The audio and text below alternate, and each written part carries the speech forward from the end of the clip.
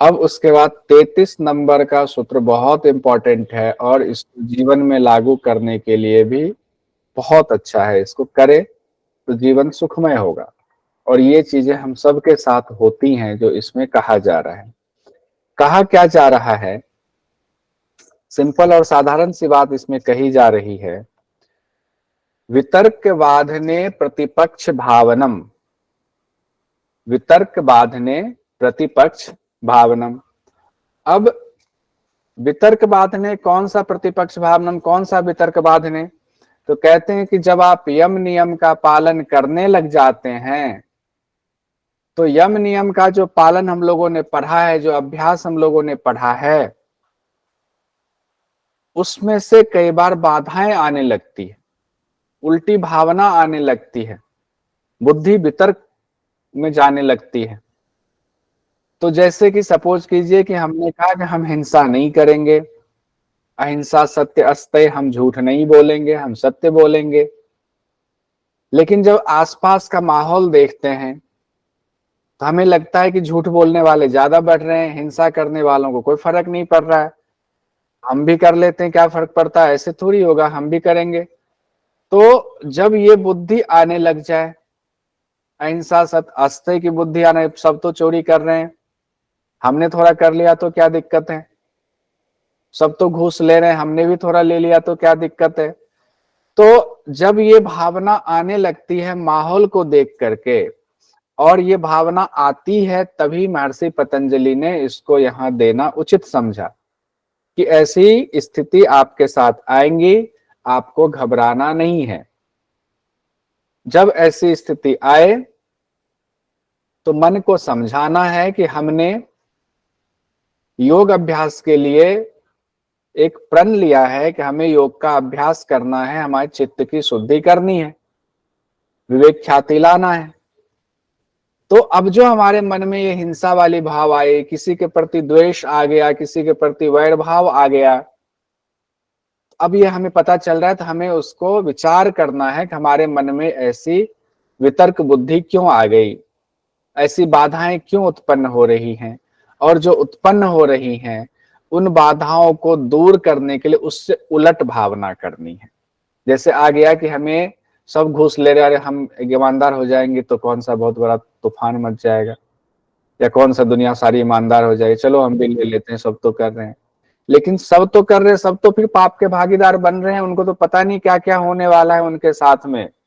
जब हमारी ये बुद्धि उसका प्रतिपक्ष भावना करेंगे, नहीं सबको लेने दो, हम नहीं लेंगे, हमने जो है प्रण लिया हुआ है कि हमें ऐसी गलती नहीं करनी है।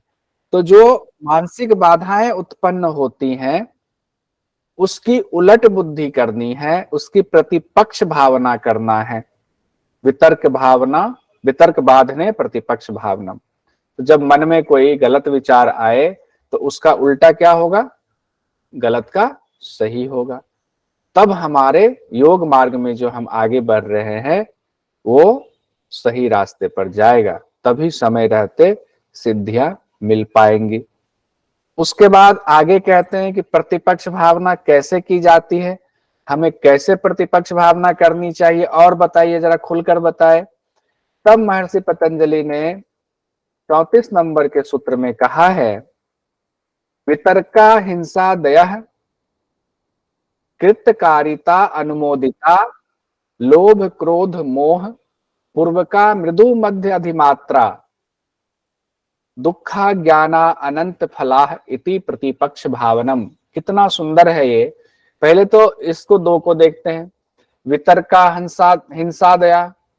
कहते हैं कि हिंसा आदि के जो भाव हमारे मन में आते हैं, ये हिंसा सिर्फ नहीं है, हिंसा आदि के जितने भी चीजें हैं जो गलत भावना है, तो कहते हैं हिंसा आदि से संबंधित जो गलत भावना, गलत भाव विचार मन में आते हैं वो 3 प्रकार के होते हैं। कहते हैं कौन कौन से 3 प्रकार के होते हैं? तो कृत कारिता अनुमोदिता। हमारे मन में हिंसा की भावना आई कि उसने हमारा नुकसान किया था, हम उसको छोड़ेंगे नहीं, अब ये हिंसा की भावना आ गई। अब जो हम उसके हिंसा करेंगे 3 प्रकार से करेंगे। एक कृत यानी कि खुद से जाके उसका बदला ले लेंगे, एक कारिता दूसरों से हम बदला, कुछ दूसरों के कंधे पर बंदूक रख करके हम उसका कुछ नुकसान पहुंचा देंगे, हमें बड़े मन को शांति मिल जाएगी। या दूसरा कोई दूसरे से किसी से उसकी लड़ाई होगी, कुछ होगा, तो हम दूसरे के साथ खड़े हो जाएंगे, दूसरों का समर्थन कर देंगे। अब लो, अब आया था ना उस समय, कह रहा था ना, अब बदला मैं लूंगा, भले दूसरे की भांति ले ले। तो कृत खुद से किया हुआ, कारिता दूसरों से करवाया, अनुमोदित मतलब दूसरों का अनुमोदन किया, समर्थन कर दिया, कहते हैं हमारा अनुमोदन कर दो, दूसरों का समर्थन कर दिया। ये सिर्फ हिंसा में ही नहीं, किसी भी जो आपके भीतर का आपकी गलत भावना योग के लेकर के योग के में बाधा पहुंचाने वाली आती है, उसमें ये 3 तरीके से हम करते हैं। अब कहते हैं कि ये तीनों भावनाएं क्यों आती हैं, क्यों हम जो चाहते हैं किसी से बदला ले ले, या किसी के द्वारा उससे बदला ले ले, या कोई किसी की दूसरे से लड़ाई, हमारा दुश्मन है, हमारे दुश्मन की किसी से लड़ाई हुई तो हम दुश्मन के विरोधी के साथ खड़े हो जाते हैं, उसका समर्थन कर देते हैं। कहते हैं कि ये जो वितर्क की भावना है ना, ये 3 प्रकार की, इसका वजह है, इसका 3 कारण है, लोभ, क्रोध और मोह। लोभ, क्रोध, मोह। कहते हैं कि लोभ और क्रोध और मोह जो हमारे अंदर है, उसकी वजह से हम ऐसा विचार करते हैं, हिंसा आदि के जो भाव आते हैं, या कोई और जितने की यम नियम के विपक्ष उल्टी भाव आते हैं, उस सब का कारण लोभ, क्रोध और मोह है। तो लोभ, क्रोध और मोह वो भी थोड़ा बहुत नहीं है, कई बार ये मृदु हो जाता है, कई बार मध्य, कई बार अधिमात्र की स्थिति में आ जाती है। यानी कि लोभ कई बार थोड़ा कम होगा, कई बार लोभ मीडियम स्थिति में, कई बार लोभ बहुत ज्यादा बढ़ जाता है, कई बार क्रोध कम होगा, क्रोध कई बार मीडियम हो सकता है, कई बार क्रोध बहुत ज्यादा बढ़ जाता है। उसी तरह मोह कभी कम है, कभी ज्यादा है, कभी बहुत ज्यादा हो जाता है। इनकी वजह से ही हमारे मन में हिंसा आदि की वितर्क भावना आती है। कहते हैं कि ऐसी भावना आएंगी तो ये आपके लिए ठीक नहीं है, इसका बड़ा नुकसान झेलना पड़ता है। तो कहते हैं क्या नुकसान झेलना पड़ता है, महर्षि पतंजलि कहते हैं ये जान लो क्या नुकसान झेलना पड़ता है। कहते हैं कि इसकी वजह से क्या होता है, दुखा ज्ञाना अनंत फलाह। कहते हैं कि दुख और अज्ञान रूप अनंत फल देने वाला है ये। यानी कि आपको जितनी गलत चीजें हो सकती हैं आपके साथ होंगी, दुख तो आपका होगा ही होगा, आप दुख से तो परेशान होंगे ही होंगे, अज्ञान रूप अनंत फल देने वाला ये होगा। कहा अच्छा तो फिर इसका उपाय क्या करें। कहा अब ये सारा स्ट्रक्चर समझ गए ना कि लोभ, क्रोध, मोह से हो रहा है। अब लोभ, क्रोध, मोह को छोड़ना है, और नहीं तो लोभ, क्रोध, मोह नहीं छोड़ोगे तो कभी बढ़ेगा, कभी कोई बढ़ेगा, कभी कोई बढ़ेगा, तो हम जो है हिंसा आदि के भाव मन में आएंगे, गलत भाव मन में आएंगे। तो उसको छोड़ने के कहा गया कि प्रतिपक्ष भावनम, यानी कि मन में उसके उलट भावना आपको करनी है, कि मन में उपर्युक्त विचार करना ही प्रतिपक्ष भावना है कि ऐसा करना गलत है, इससे हमें दुख होगा, अज्ञान रूपी अनंत फल होगा, और ये सब लोभ, क्रोध, मोह की वजह से हो रहा है, इसीलिए इसको छोड़ देना चाहिए। तो ये तब होगा जब हम बैठकर आत्म दर्शन करने की कोशिश करेंगे, अंदर झांकने की कोशिश करेंगे। आत्मदर्शन तो क्या, अंदर झांकने की कोशिश करेंगे, तब जाकर के ये भाव हमारे अंदर आएगा, उसके विपरीत भाव हमारे अंदर आएगा, लोभ, क्रोध, मोह वाले। अब इसमें क्वेश्चन क्या हो सकता है, अब क्वेश्चन का पैटर्न चेंज हो रहा है, मैं बार बार इसको रिपीट कर रहा हूं।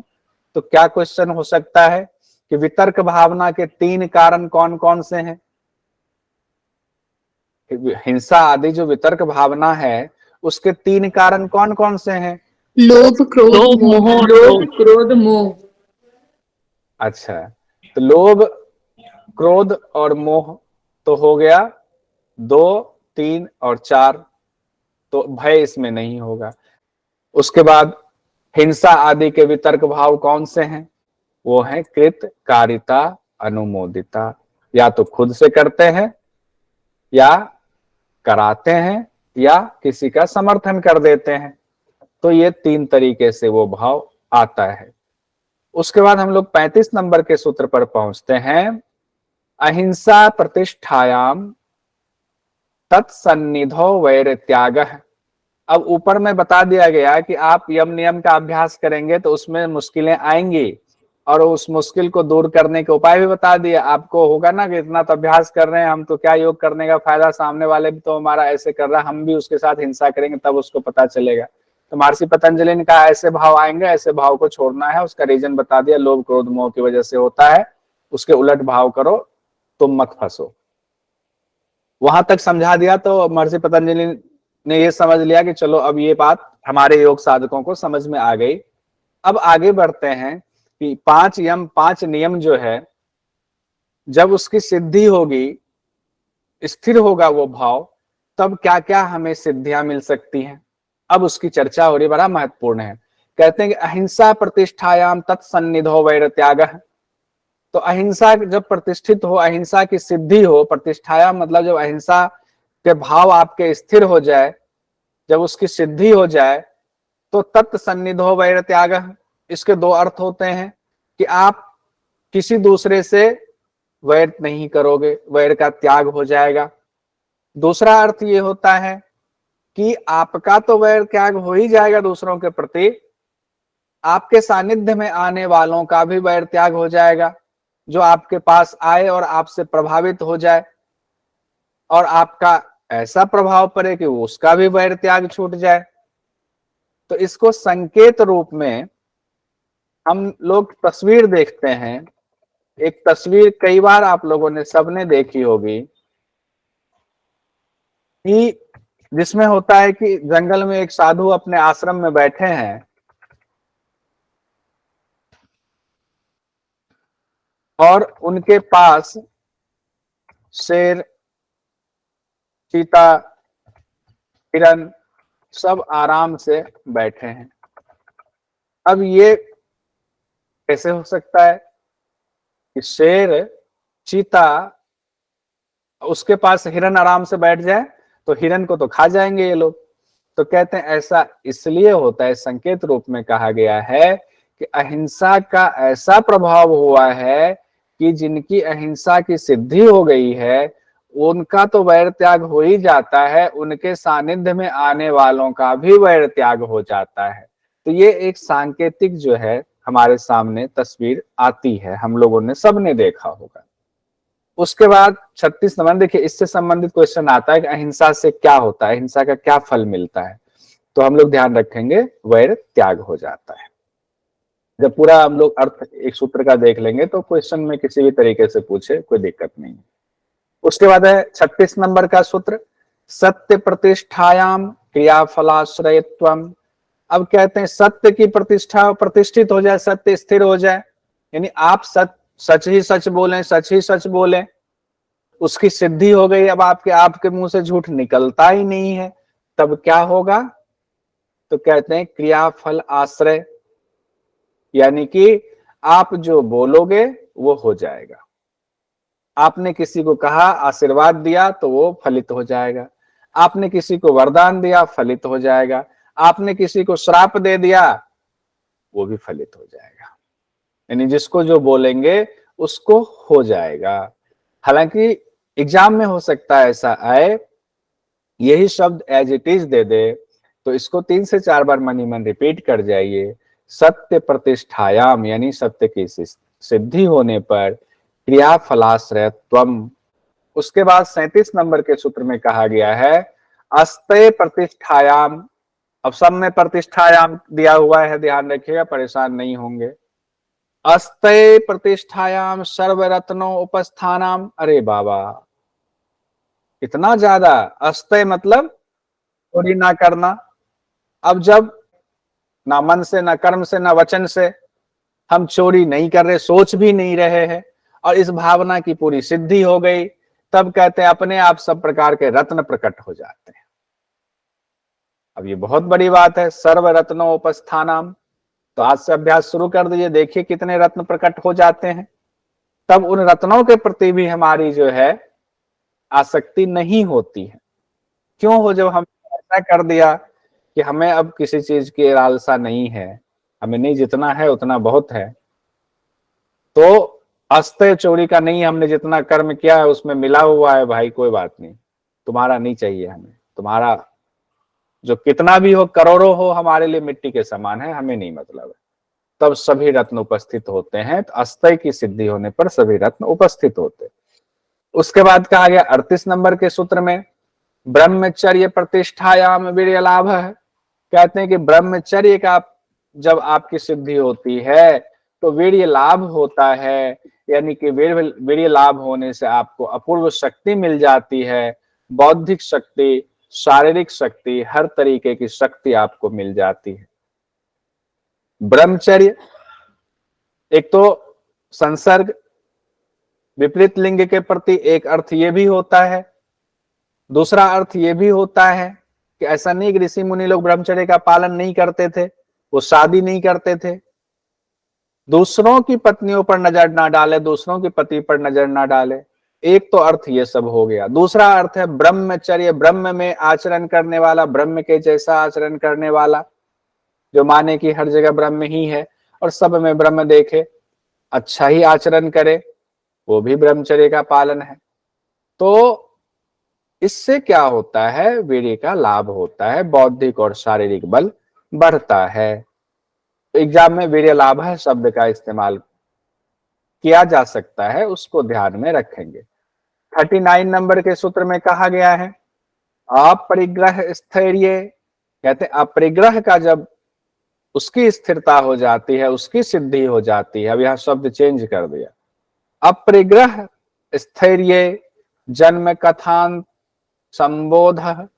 अब जन्म कथांता संबोध, कहते हैं अपरिग्रह की सिद्धि होने पर क्या होगा, आपकी पूरे जन्मों की कथा कहानी आपको उसका बोध हो जाता है। कौन से जन्म का, पूर्व जन्म का भी हो जाता है कि पूर्व जन्म में हम क्या थे, क्या नहीं थे, क्या हमसे गलतियां हुई थी,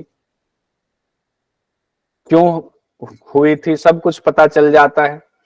और ये पता चल जाता है कि उस जन्म में गलतियों का हमें भुगतान भी करना है इस जन्म में, इसलिए ये प्रयोजन से हमारा जन्म हुआ, इसलिए इस घर में जन्म हुआ, इसलिए यहाँ हुआ, इस प्रदेश में जन्म हुआ, और आगे क्या होने वाला है इसका भी भान हमें हो जाता है। तो अपरिग्रह की सिद्धि से ऐसा होता है। और अपरिग्रह का क्या तात्पर्य होता है, अपरिग्रह में क्या करना है, कोई माइक खोलकर बताइए। सर जितनी जरूरत हो उतना ही संचय करना चाहिए। हाँ, जितनी जरूरत हो उतना ही संचय करना चाहिए, जरूरत के मुताबिक ही संचय करना चाहिए। उसके बाद है 40 नंबर का सूत्र। 40 नंबर के सूत्र से पहले एक बार इसको रिवीजन कर लेते हैं, क्योंकि इससे संबंधित सवाल पहले पूछे जाते थे और अभी भी कभी भी पूछा जा सकता है। तो यम और यम के फल देखे। अहिंसा, अहिंसा में वैर त्याग, सामने आए हुए भी उस समय वैर त्याग कर देते हैं, खुद का तो वैर त्याग होता ही है, तभी दूसरों पर ऐसा असर पड़ता है कि उसका भी वैर त्याग, अहिंसा का वैर त्याग। अब सत्य का क्या होगा, क्रियाफल के आश्रय का भाव आ जाता है, जो बोलेंगे हो जाएगा। सत्य से क्या होता है, क्रियाफल के आश्रय का भाव आ जाता है, जो बोलेंगे, यानी कि होता है ना, ये जो बोल रहा है सत्य ही बोल रहा होगा, ये झूठ नहीं बोलेगा, तो वो चीजें एकदम लगनी शुरू हो जाती है।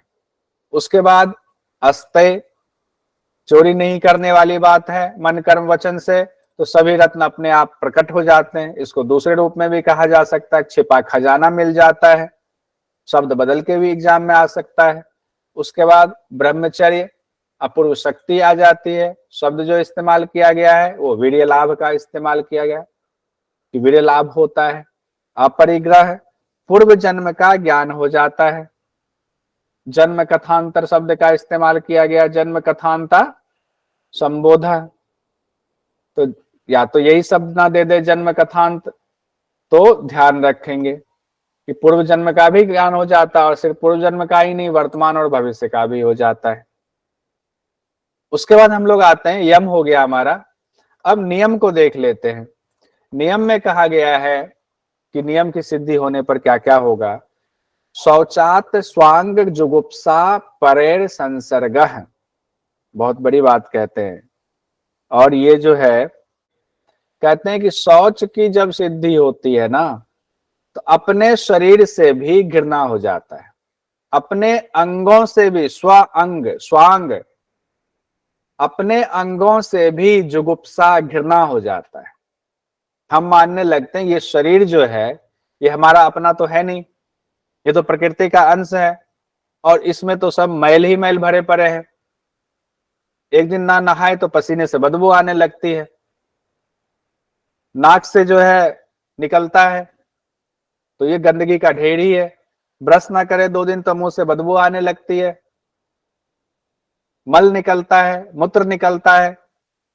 तो शौच की सिद्धि होने पर यह सब भाव आता है अपने ही शरीर से जो है, एक तरह से आसक्ति, घृणा का मतलब यहां है आसक्ति का खत्म होना। आसक्ति खत्म होता है, आसक्ति जब खत्म होता है अपने भी शरीर से तो दूसरों से संसर्ग का कैसे जो है भाव रहेगा। परेर संसर्ग, दूसरों से संसर्ग का भी भाव खत्म हो जाता है, अभाव हो जाता है। जैसे कि गौतम बुद्ध की एक कहानी है, गौतम बुद्ध की किताब पढ़ने पर यह पता चलती है कि उनके एक शिष्य थे, वो गए जब भिक्षा मांगने के लिए तो गांव में एक जो है लड़की का दिल उस पे आ गया, उसका सौंदर्य देख करके कि नाक कितनी अच्छी है, उसके होंठ कितने अच्छे हैं, कितना अच्छा चेहरे से जो है दीप्तिमान हो रहा है चेहरा। तो उसके साथ बड़ा जो है उसको बोला कि भाई आपसे हम प्यार करने लगे, आपको तो अब हमारे साथ रहना पड़ेगा। तो उन्होंने कहा हम तो बौद्ध भिक्षु हैं, हमें तो इन सब चीजों से कोई लेना देना नहीं है। तो फिर पहले प्यार से समझाया, नहीं माना तो उसको पकड़ लिया, घर में कैद कर लिया, उसके ऊपर तरह तरह के जो है जुल्म ढाए गए, फिर भी नहीं माना तो वो परेशान हो गई। फिर उसने कहा कि एक काम करते हैं कि हमारे गुरु हैं गौतम बुद्ध जी, उनके पास चलते हैं, वो कह देंगे तो हम मान जाएंगे।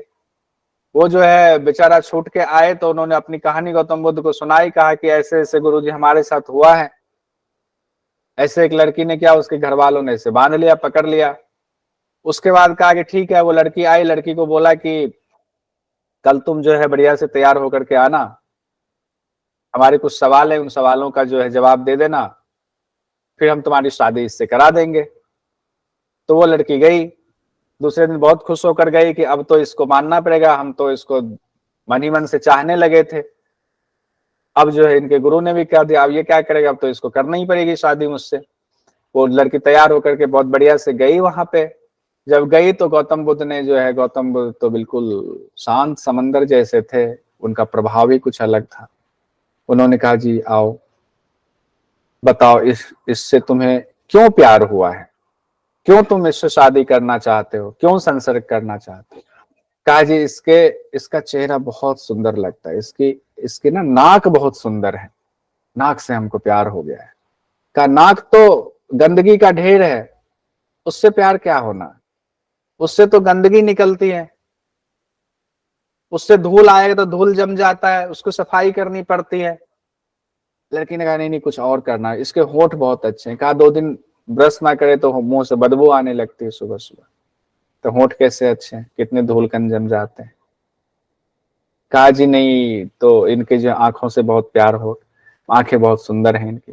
कहा आंखों में भी तो साइड से जो है निकलता है गंदगी, तो आंखों से कैसे प्यार हो गया तुम्हें।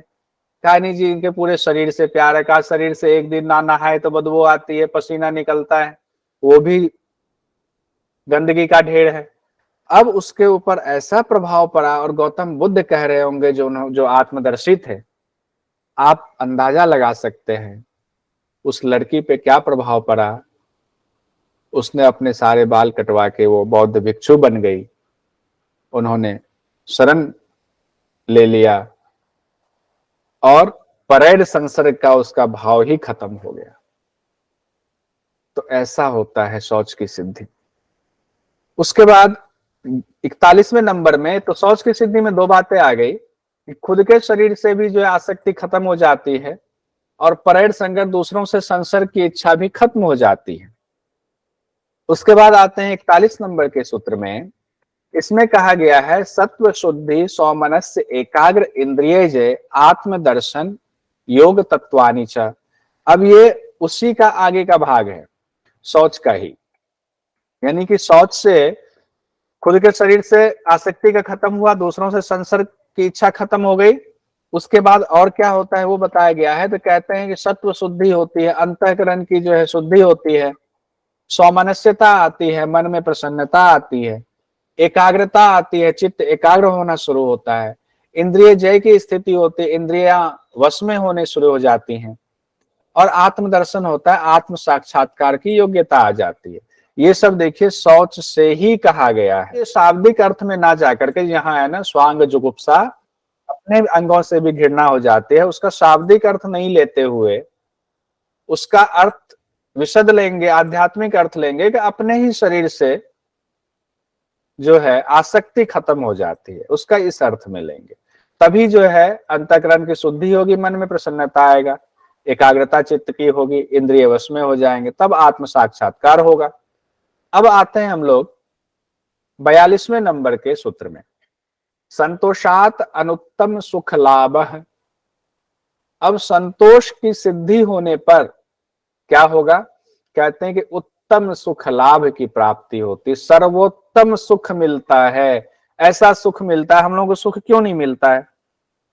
हमें सुख इसलिए नहीं मिलता है कि हम सोचते हैं कि हमें तो, हमने सोचा था कि 50 रुपए की कमाई हो और सिर्फ जो है 40 रुपए ही हुआ, अब 10 रुपए क्यों नहीं हुआ, और 50 हो जाए तो नहीं, ये तो गलती हो गई, 50 ही क्यों होना था, 100 क्यों नहीं हुआ।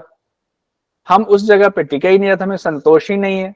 संतोष नहीं है तो सुख कहां से होगा, सर्वोत्तम सुख कहां से? जिनको संतोष है वो बड़ा आनंद में रहते हैं, कम कमाते हैं, ऑफिस में जरूरी नहीं है कि जिसकी सैलरी सबसे ज्यादा वही सुख में रहते हैं, कम सैलरी वाले भी सुख में रहते हैं। जैसे कि लाहिड़ी बाबा थे, वो जो है ऑफिस में मगन रहते थे अपने, जबकि बहुत ऊंचे पोस्ट पे नहीं थे, सब उनको कहते थे पगला बाबा। क्यों? क्योंकि वो मनमस्त रहते थे, अपना जो काम दिया खूब मजे में करते थे। तो संतोष की वजह से सर्वोत्तम सुख की प्राप्ति होती है। उसके बाद है 43 नंबर का सूत्र, कायेंद्रिय सिद्धि अशुद्धि अशुद्धि क्षयात तपसह। कहते हैं काया और इंद्रिय की सिद्धि, शरीर और इंद्रिय से संबंधित सिद्धियां मिल जाती है, अशुद्धियों का नाश हो जाता है। किससे? तपसह, तप से। यानी कि तप का फल बताया गया है कि तप की सिद्धि हुई तो क्या होगा? काया और इंद्रिय, कायेंद्रिय मतलब काया और इंद्रिय, काया मतलब क्या? शरीर, और इंद्रिय मतलब जो सूक्ष्म शरीर से संबंधित है ये चीजें। तो शरीर और इंद्रियों से संबंधित जो सिद्धियां हैं वो मिल जाती हैं, और अशुद्धि क्षयात, अशुद्धियों का क्षय होता है, अशुद्धियों का नाश होता है। तो ये नहीं कहा गया कि अशुद्धि में शारीरिक या मानसिक, लेकिन चूंकि शरीर इंद्रिय कह दिया गया है तो इसमें दोनों चीजें आ जाएंगी, शारीरिक अशुद्धि का भी क्षय होगा और मानसिक अशुद्धि का भी क्षय होगा। उसके बाद कहते हैं, इसी को हमने फिर से 2 बार लिख दिया हुआ है, शरीर और इंद्रिय से संबंधित सिद्धियां और अशुद्धियों का नाश होगा। उसके बाद कहा गया स्वाध्यायात इष्ट देवता संप्रयोग। ये भी बड़ा इंपॉर्टेंट है। कहते हैं कि स्वाध्याय की सिद्धि होने पर क्या होगा? एग्जाम में पूछ दिया जा सकता है कि स्वाध्याय करने का फल क्या है, सिद्धि ना दे करके फल दे दे वहां पर, तो हम परेशान नहीं होंगे। स्वाध्याय से इष्ट देवता का साक्षात्कार होता है। यहाँ कंफ्यूजन क्या होती है, हम ईश्वर प्रणिधान से इष्ट देवता का साक्षात्कार जोड़ देते हैं, ये एक गलती होगी। तो यहाँ पर उसको एकदम दिमाग एकदम खोल के, जो भी रोटी बना रही है, कुछ कर रहे हैं, काम करते हुए क्लास ले रही हैं, सब एकदम थोड़ा सा अलर्ट होकर के जो और दूसरा काम कर रहे हैं, कि स्वाध्याय से इष्ट देव का साक्षात्कार होगा, ईश्वर प्रणिधान से अलग चीज हुआ है। तो स्वाध्याय से इष्ट देवता का साक्षात्कार होगा, स्वाध्याय वाले से। और उसके बाद 45 नंबर में कहा गया है समाधि सिद्धि ईश्वर प्रणिधानात। ईश्वर प्रणिधान से समाधि की सिद्धि होगी, समाधि सिद्ध होगा। तो ये 2 चीजें हैं।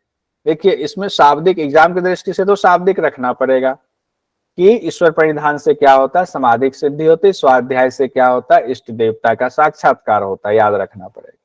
अब समाधि में भी हमें आत्मदर्शन होता है, वो अलग बात है, लेकिन किस लेवल के, अभी जो है समाधि की बात हो रही है, ईश्वर प्रणिधान से असंप्रज्ञात भी होगा, उसमें आत्मदर्शन होता है।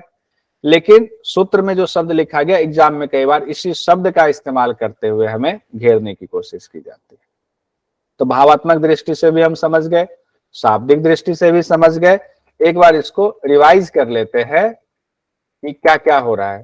तो नियम और नियम सिद्धि के फल, तो शौच से क्या है, संसर्ग की आसक्ति का निरोध हो जाता है, अपने शरीर से भी जो है आसक्ति का निरोध हो जाता है।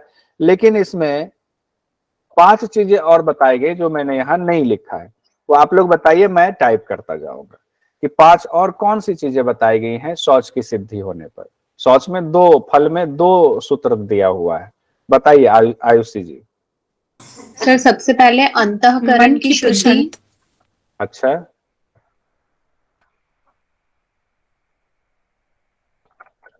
और मन में प्रसन्नता, चित्त की एकाग्रता, इंद्रियां बस में होती है, आत्म साक्षात्कार की योग्यता। इंद्रियां वश में और आत्म साक्षात्कार। तो ये चीजें भी साथ साथ याद रखना। यहाँ पर कंफ्यूजन वाली स्थिति हो सकती है, हम ये सोचें कि सिर्फ एक शौच है तो शौच से किसी कोई एक ही सिद्धि हो रही है, तो वहां गड़बड़ हम फंस जाएंगे। तो शौच है तो शौच से संसर्ग की आसक्ति का निरोध तो हो ही जाता है, अपने शरीर से भी लगाव खत्म होना शुरू हो जाता है, हो ही जाता है। उसके अलावा अंतःकरण की शुद्धि, मन एकदम प्रसन्न चित्त हो जाता है, चित्त एकदम एकाग्र हो जाता है, इंद्रियां हमारी एकदम कंट्रोल में हो जाती हैं, तब आत्म साक्षात्कार की स्थिति आती है। उसके बाद कहा गया संतोष, जो नियम है ये दूसरा नियम संतोष है। संतोष से क्या होगा, सर्वोत्तम सुख, उत्तम सुख की प्राप्ति होगी। तब से कहा गया क्या होगा, तो शरीर और इंद्रियों से संबंधित सिद्धियां मिलेंगी। हम लोगों ने पढ़ा था काय इंद्रिय सिद्धि, और उसके बाद अशुद्धियों का नाश, एक ये भी है कि अशुद्धि क्षयात। तो तब से जो है काया और इंद्रिय की शुद्धि तो होगी, उसके साथ साथ क्या हो रहा है, एक और लिख देते हैं, क्या क्या बताइए। अशुद्धियों का नाश, अशुद्धियों का नाश, अशुद्धियों का क्षय या अशुद्धियों का नाश, ये तब से हुआ।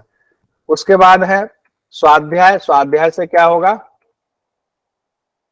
देव का साक्षात्कार, इष्ट देव का इष्ट देवता तक साक्षात्कार होगा। साक्षात्कार हो जाता है। ईश्वर प्रणिधान से क्या होगा, समाधि की सिद्धि, समाधि की सिद्धि हो जाती है।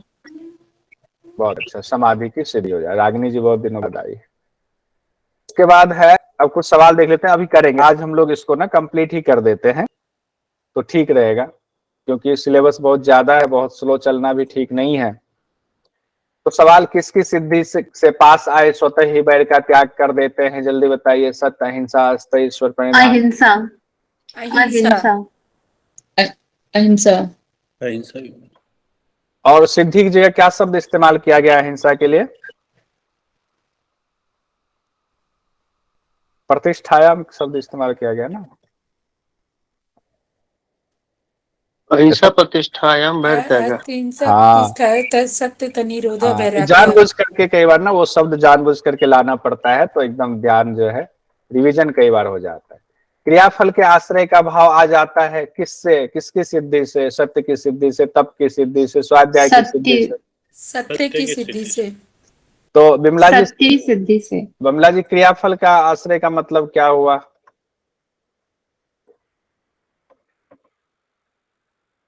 क्रियाफल के आश्रय का मतलब क्या है, उसका भाव आ जाना। बिमला जी बताइए, अजय पाठी जी बताइए।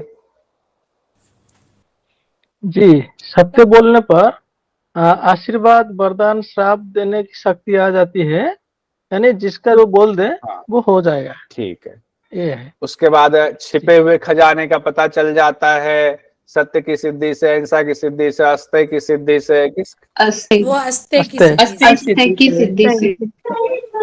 अस्तेय की सिद्धि से। किसकी सिद्धि से वीर्य लाभ का फल मिलता है, ब्रह्मचर्य, प्रतिष्ठायाम वीर्य लाभ। बहुत बढ़िया। या इसको ऐसे भी पूछा जा सकता है, किसकी सिद्धि से अपूर्व शक्ति मिल जाती है, तो ब्रह्मचर्य की सिद्धि से। उसके बाद अपरिग्रह निम्नलिखित में से किसके अंतर्गत सम्मिलित है, देखिए क्वेश्चन आया हुआ भी था, वैसे तो ऊपर के भी कई क्वेश्चंस आए हुए थे। नियम, यम, अंतरंग योग, समाधि, नियम, अपरिग्रह में से किसके नियम से, यम मैंने हटा दिया। खैर बहुत सिंपल है, यम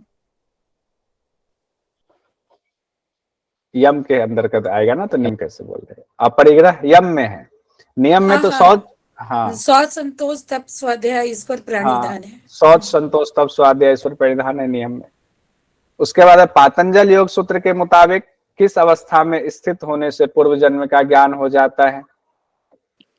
अस्थि अपरिग्रह अपरिग्रह अपरिग्रह से। अपरिग्रह अपरिग्रह अस्ते को उन्होंने कहा, अप्रिग्रह अप्रिग्रह अस्ते से क्या होता है बताइए, आप बताएंगे ब्रह्मा जी। अस्थि से तो मतलब चोरी का है। हाँ, तो इसका फल क्या नहीं, होगा? वो तो सर्वरत्न रत्न प्राप्त हो जाता है। प्राप्ति। हाँ, सर्वरत्न सर्वरत्न प्राप्त। सर्वरत्नोपस्थानम हाँ ठीक है। स्वाध्याय से क्या होगा? इष्ट देव का साक्षात्कार हो जाए। देवता का साक्षात्कार इष्ट देवता का साक्षात्कार हो जाएगा। उसके बाद है सूची 1 और 2 को सुमेलित करेंगे। तो अहिंसा, अब अहिंसा कौन सा आएगा? अहिंसा से क्या होगा? निकट आने पर वैर त्याग त्याग निकट निकट आने पर वैर त्याग। आने पर वैर त्याग सत्य से क्या होगा? पूर्व जन्म का ज्ञान। वचन सिद्धि देखिए अब यहाँ पर सब वचन सिद्धि वचन सिद्धि, यहाँ पर ये चीजें चेंज कर दिया गया है, उस शब्द चेंज कर दिया गया है, इसीलिए जो अर्थ बताया गया था वो इसीलिए। तो वचन सिद्धि, अवचन सिद्धि उसमें कहीं है ही नहीं, वो तो क्रियाफल के आश्रय का भाव आ जाता है, ये शब्द है, लेकिन अर्थ में हम लोगों ने देखा है कि यही है। या हो सकता है वरदान दे देता तो भी सत्य से जोड़ता है। अस्त्य से कौन सा आएगा? छिपा खजाना मिल जाएगा, दिखना छिपा खजाना देखना खजाना। हाँ, और ब्रह्मचर्य से क्या होगा? वीर लाभ वीर्य लाभ। वीर्य लाभ। वीर लाभ अपरिग्रह से क्या होगा? पूर्व जन्म का ज्ञान। पूर्व जन्म का ज्ञान जन्म का पूर्व ज्ञान जन्म जाएगा। का ज्ञान हो जाएगा। उसके बाद है महर्षि पतंजलि के अनुसार इष्ट देवता का साक्षात्कार किससे होता है? स्वाध्याय से। स्वाध्याय ध्यान इष्ट देवता मंत्र। बहुत सुंदर। तो इसका मतलब तैयारी कि ऐसे मन से पढ़ेंगे तब तो हो ही जाएगा, नहीं होने का सवाल ही पैदा नहीं होता है, लेकिन क्लास भी तो ज्वाइन करना पड़ेगा। महर्षि पतंजलि के अनुसार समाधि सिद्धि की विधि है प्राणायाम, ईश्वर प्रणिधान, अभ्यास, वैराग्य। ईश्वर प्रणिधान सिर्फ ईश्वर प्राणिधान। ईश्वर प्राणिधान सिर्फ एक ही है क्या? ऐसा तो नहीं और भी है। अगर देखिए, अगर एक क्वेश्चन, देखिए अब इसको समझते हैं, इसको क्वेश्चन, चूंकि एमसीक्यू का क्वेश्चन ना कुछ अलग तरीके का होता है। अगर ये सिंपल एक एक ऑप्शन ही दिया हुआ है तब तो ईश्वर प्रणिधान ही होगा, और अगर इसमें कूट में दिया होगा तो ईश्वर प्रणिधान और अभ्यास वैराग्य दोनों होगा। कहा गया था ना कि अब क्या अभ्यास वैराग्य से क्या तन्निरोध अभ्यास वैराग्य एवं तन्निरोध। तन्निरोध चित्त की वृत्तियों का निरोध होगा, वही समाधि की स्थिति, वही योग है। तो समाधि तो हमें हो गई, लेकिन अगर कूट नहीं दिया हुआ है तो ईश्वर प्रणिधान होगा, अगर कूट दिया है तो दोनों आंसर होगा, अभ्यास वैराग्य और ईश्वर प्रणिधान। ये कंफ्यूज करने के लिए ऐसे क्वेश्चंस आ जाते हैं। अब आसन पर हम लोग आते हैं। हम लोगों ने यम नियम देख लिया। तीसरे पायदान पर, तीसरी सीढ़ी पर जब हम लोग चढ़ते हैं तो तीसरी सीढ़ी है आसन की सीढ़ी, कि हमने यम सिद्ध कर लिया, हमने नियम सिद्ध कर लिया, अब आसन पर आते हैं। रजनीश जी हैंड रेज किए हुए हैं क्या? नहीं सर। अच्छा, आपका है हैंड रेज, मुझे लगा कुछ कहना चाह रहे हैं। अच्छा, उसके बाद है आसन किसे कहते हैं?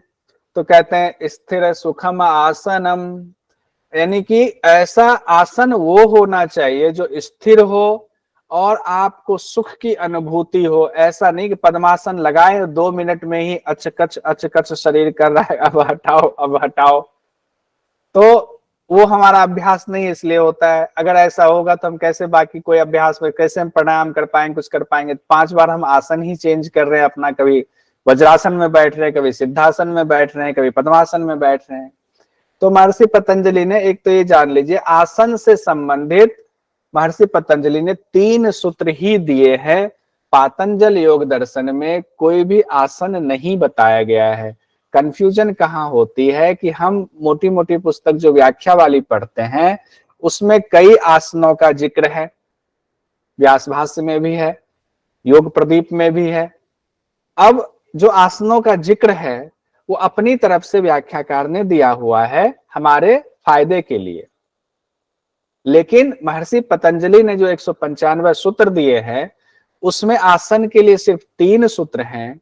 पहला सूत्र है स्थिरम सुखम आसनम, दूसरा है प्रयत्न शैथिल्य अनंत समापत्तिभ्याम, और उसके बाद कहा गया फल कि ततो द्वंद्वान विघातः। ये 3 ही सूत्र हैं, इसमें कोई आसन नाम नहीं दिया गया। एक तारासन करना है, एक पद्मासन करना है कि सिद्धासन करना है। एक में बता दिया गया कि कैसे होना चाहिए आसन स्थिर और सुखपूर्वक, और उसकी क्वालिटी क्या होनी चाहिए। दूसरे में कहते हैं कि आसन की सिद्धि आपकी हो रही है कि नहीं हो रही है, उसको और कैसे पता करें, कैसे सिद्धि होगी। तो कहते हैं प्रयत्न शैथिल्य अनंत समापत्तिभ्याम।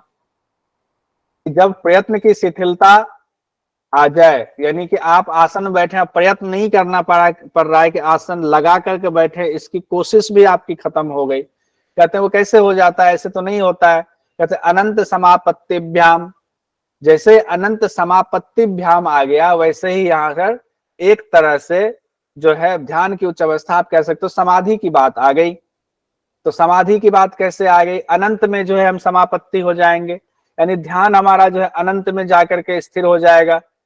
और उसी को इसमें कई व्याख्याकारों ने अलग अलग व्याख्या की है, इसमें व्याख्याकारों के मत में थोड़ा थोड़ा सा चेंज है, लेकिन भावात्मक अगर जाए तो ध्यान ऐसे परमात्मा में लग गया, ऐसे हम समाधि की स्थिति में पहुंच गए कि हमें शरीर का भान ही नहीं है। अब जब शरीर को ही भुला दिया तब तो कितनी ही देर तक आप किसी भी आसन में बैठ जाए, फिर प्रयत्न की जरूरत ही नहीं है। शरीर का ही ध्यान नहीं तो किधर प्रयत्न करना है कि पद्मासन में पांव ठीक से रखा है कि नहीं, दर्द हो रहा है कि क्या हो रहा है।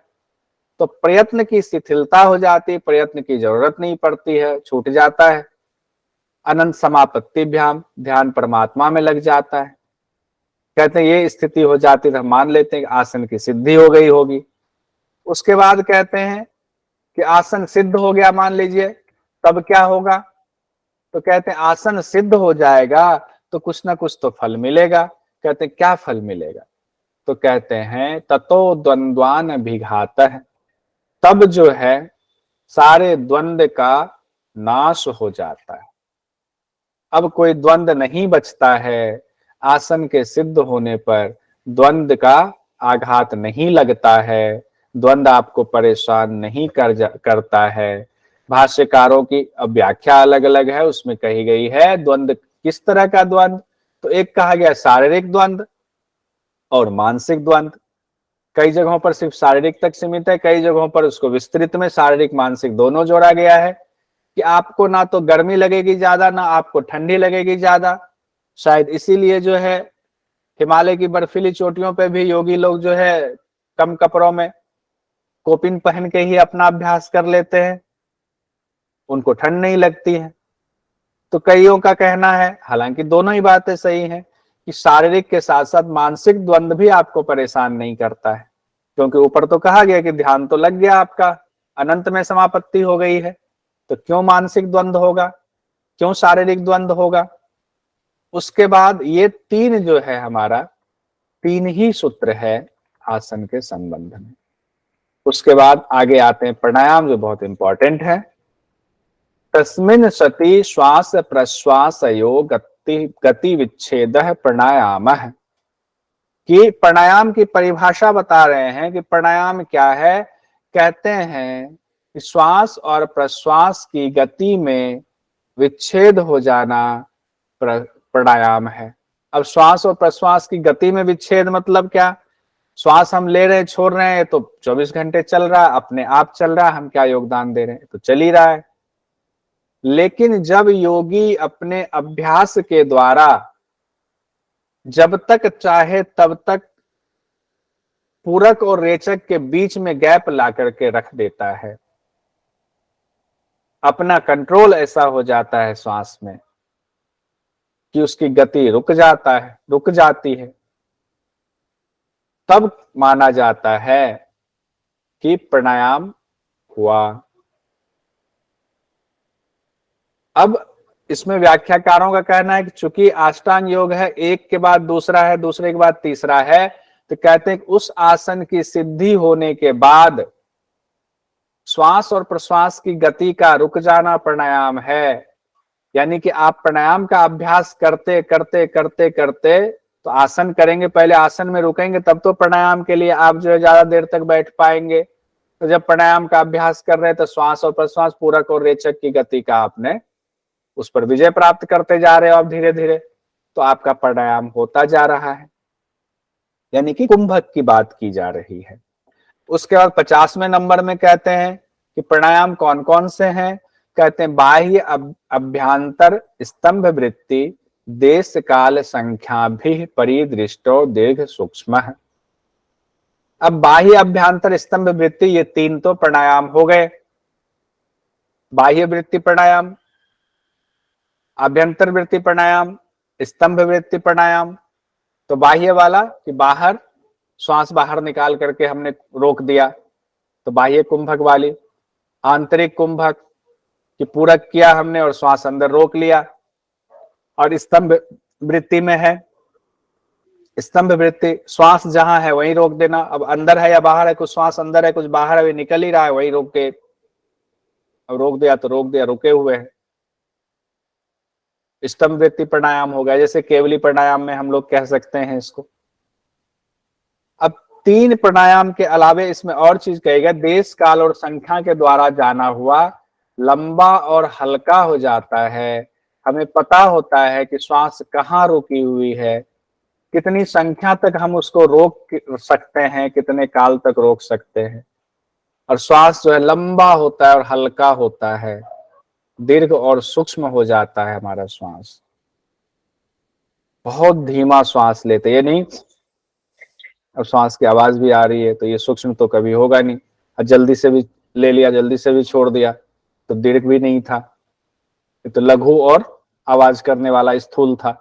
तो दीर्घ और धीमा धीमा श्वास अगर ले रहे हैं तो, और फिर रोक दिया तो रुका हुआ है लंबे समय तक, और सूक्ष्म छोड़ रहे हैं तो बहुत धीरे धीरे छोड़ रहे हैं सूक्ष्मता के साथ। तो मेन जो इसमें है तीन चीजें कि प्राणायाम यहाँ तीन बताया गया है, चौथा प्राणायाम अगले सूत्र में बताया गया है, बाह्य आभ्यंतर स्तंभ वृत्ति। और चौथा प्राणायाम आगे के सूत्र में कहते हैं 51 नंबर में, बाह्य अभ्यंतर विक्षाक्षेपी चतुर्थ। यानी कि पातंजल योग दर्शन में 4 प्रकार के प्राणायाम का जिक्र है। बाह्य अभ्यंतर विक्षाक्षेपी ये चौथा प्राणायाम है, चतुर्थ। अब चतुर्थ प्राणायाम में क्या अंतर है?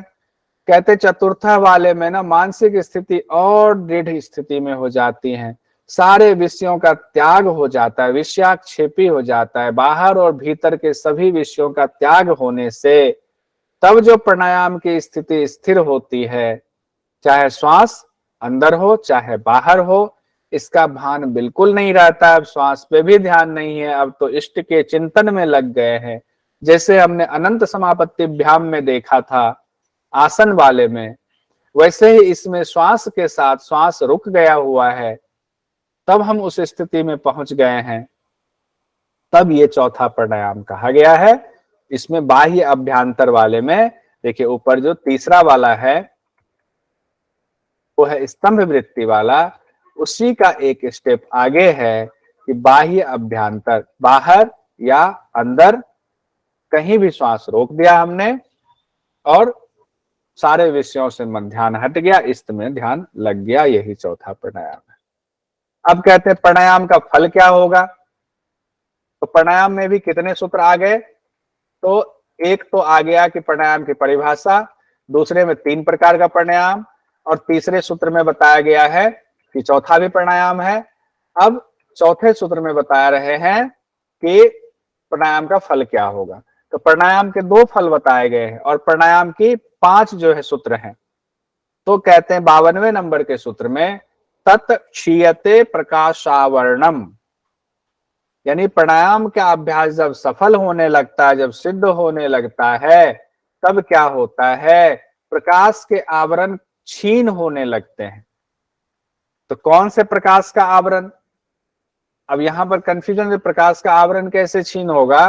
तो कहते प्रकाश के ऊपर जो मैल जमा हुआ है, आवरण जमा हुआ है, जो पर्दा पड़ा हुआ है, वो पर्दा छीन हो जाता है।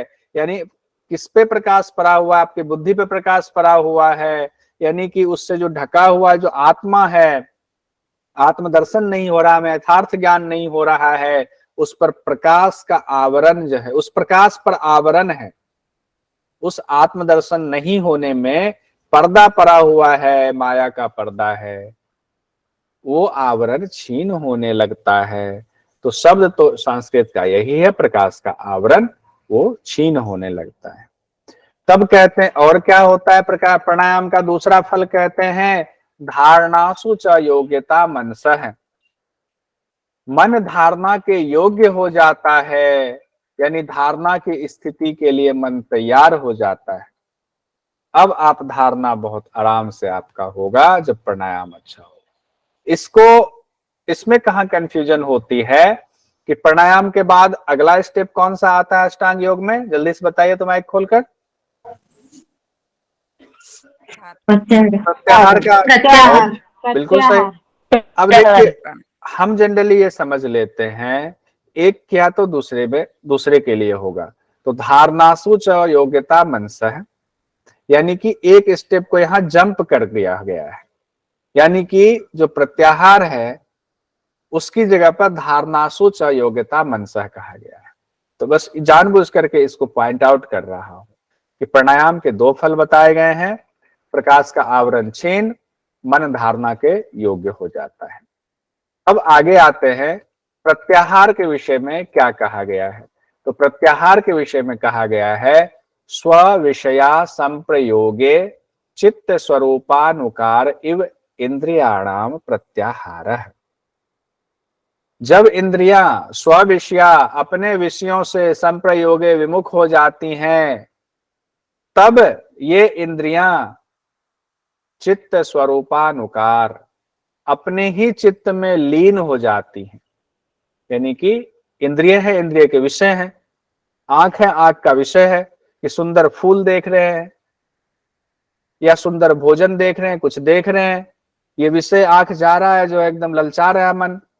तो अब ये जो इनके इंद्रिय है, उनके विषय हैं, उन विषयों को उन जहां से उत्पन्न हुआ है वहीं पर लीन कर दीजिए। तो चित्त से उत्पन्न हुआ है सब कुछ, चित्त की तरफ ही उनको भेज दीजिए कि नहीं भाई तुम्हारा काम नहीं है।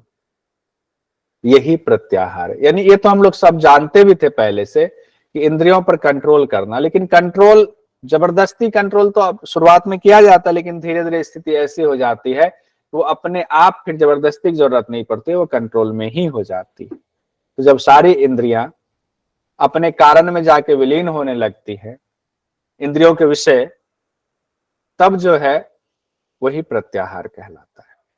अब कहा गया है, एक बार और पढ़ देते हैं, जब इंद्रियां अपने विषयों से विमुख हो जाती हैं तब ये इंद्रियां चित्त में लीन हो जाती हैं, वही प्रत्याहार है। अब कहते हैं प्रत्याहार है तो उसका कुछ फल भी होगा। कहते हैं हाँ, प्रत्याहार का फल भी होगा। ततः परमावश्यता इंद्रियाणाम, तब सभी इंद्रियां पूरी तरह से वश में हो जाती हैं। अब जब इंद्रियां जिनका वश में हो गया है उनकी कितनी प्रसिद्धि होगी आप समझ सकते हैं। वही तो विश्व को जीत लिया, इंद्रियों को जीत लिया तो आपने विश्व को जीत लिया। तो इंद्रियां वश में हो गई, सभी इंद्रियों पर आपका वश हो गया। कुछ क्वेश्चन, सूत्र के योग सूत्र के अनुसार आसन सिद्धि प्राप्ति की विधियां हैं। आसन सिद्धि प्राप्ति के प्रयत्न शैथिल्यम अनंत समापत्तिभ्याम प्रत्याहार। प्रयत्न शैथिल्यम अनंत समापत्तिभ्याम। हाँ, तो यहाँ दोनों होगा, दो अर्थ में, बहुत सुंदर। उसके बाद है, मैंने कूट वाला दिया नहीं लेकिन है वो, योग के किस अंग के अभ्यास से व्यक्ति द्वंद्वों से आसानी से प्रभावित नहीं होता है? आसन। आसन आसन आसन तत्वद्वंद भी गाता। ये पूछे हुए सवाल है, अब क्या कीजिएगा, इतना आसान सवाल पूछा है कि सब लोग जवाब दे रहे हैं। बताइए, यानी तैयारी भी बहुत मजबूत है। पातंजल योग सूत्र के अनुसार निम्नलिखित में से कौन से प्राणायाम के प्रकार हैं? स्तंभ वृत्ति सहित प्राणायाम, बाह्य अभ्यंतर विषयाक्षेपी, केवली प्राणायाम। स्तंभ और बाह्य अभ्यंतर बाह्य विषय स्तंभ और अभ्यंतर। छोड़कर बाकी दोनों है। हाँ, तो छोड़कर, दूसरा और चौथा छोड़कर, बहुत सुंदर। सहित और केवली को छोड़ करके पहला और तीसरा है। ये क्वेश्चन आया हुआ था और इसी क्वेश्चन को एक बार अगली बार क्या किया, इस तरह से पूछ दिया गया। देखिए कैसे क्वेश्चन पूछा गया कि पातंजल योग दर्शन के मुताबिक निम्नलिखित में से कौन सा प्राणायाम का एक प्रकार नहीं है? बाह्य वृत्ति, स्तंभ वृत्ति, मनोवृत्ति, अभ्यंतर। मनोवृत्ति। अब इसी पे एक बार और सवाल आया, एक पूछते तो उसको घुमा घुमा के सवाल पूछते हैं। पातंजल योग दर्शन में कितने प्रकार के प्राणायाम का वर्णन है? 2, 4, 3, 5? चार। हम लोग कहाँ कंफ्यूज हो जाते हैं? हम लोग एक सूत्र पढ़ते हैं, उसमें जो है 3 दिया हुआ है, उसके बाद वाला पढ़ते ही नहीं जिसमें चतुर्थ दिया हुआ है। तो अच्छा, इसमें प्राणायाम के कितने सूत्र हैं? प्राणायाम के 5 सूत्र। 5 सूत्र हैं। पहले में तो बहुत सुंदर, पहले में व्याख्या बताए। पहले में तो व्याख्या की गई। ठीक है, बताइए बताइए बताइए। सर बताइए, आपने बताया था कि पहले में व्याख्या की गई है, फिर उसके बाद 3 उसका बताया गया है, बाह्य अभ्यंतर, आंतरिक कुंभक और स्तंभ वृत्ति, और फिर तीसरा बताया गया है बाह्य अभ्यंतर विषयाक्षेपी, चतुर्थ। फिर इसके लाभ बताया गया है तत्क्षेत्र प्राशावरण और धारणा सूच युक्ता मनस। फिर प्रत्याहार का आ गया है कि ठीक जो है, प्रत्याहार की तो इस तरह परिभाषा से क्या है। ठीक है, तो इस तरह से 5 हो गया। पहले में उसकी परिभाषा बताई गई है, प्राणायाम किसको कहते हैं। उसके बाद 2 में जो है बता दिया गया है 2 चारों प्राणायाम का, 1 में 3 का, 1 में 1 का, 3 तो ऐसे निकल गया। उसके 2 में उसके फल बताए गए। उसके बाद है एक क्वेश्चन आया, ज्ञान के प्रकाश पर पड़ा आवरण निम्नलिखित में से किसके द्वारा हटता है या क्षीण हो जाता है? प्राणायाम के द्वारा। बहुत सुंदर। अब ये क्वेश्चन देखते हैं, धारणा सूचा योग्यता मन से किसका परिणाम है? प्राणायाम।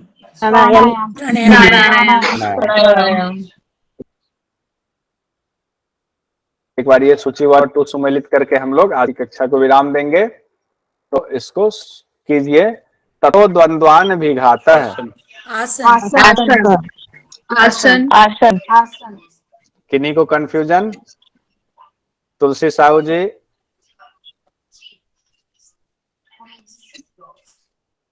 कोई कंफ्यूजन? मीनाती एरा जी, कंफ्यूजन तो नहीं है? नहीं। धारणा सूचा योग्यता मनसा है। प्राणायाम। प्राणायाम। ततः परमावश तेन्द्रियाणाम। प्रत्याहार। ठीक है। संतोषम उत्तम सुख लाभ है। नियम। अब यहाँ पर नियम दे दिया, मतलब किस तरह, ये पूछा हुआ सवाल है निर्यारत में। अब अस्तये प्रतिष्ठायाम सर्वरत्नोत्थानम। यम। तो इस तरह से क्वेश्चन बड़ा पूछा जाता है। तो ये हमारी क्लास आज संपन्न हुई। बहुत सुंदर, हम लोगों ने साधन पाद को भी कंप्लीट कर दिया है।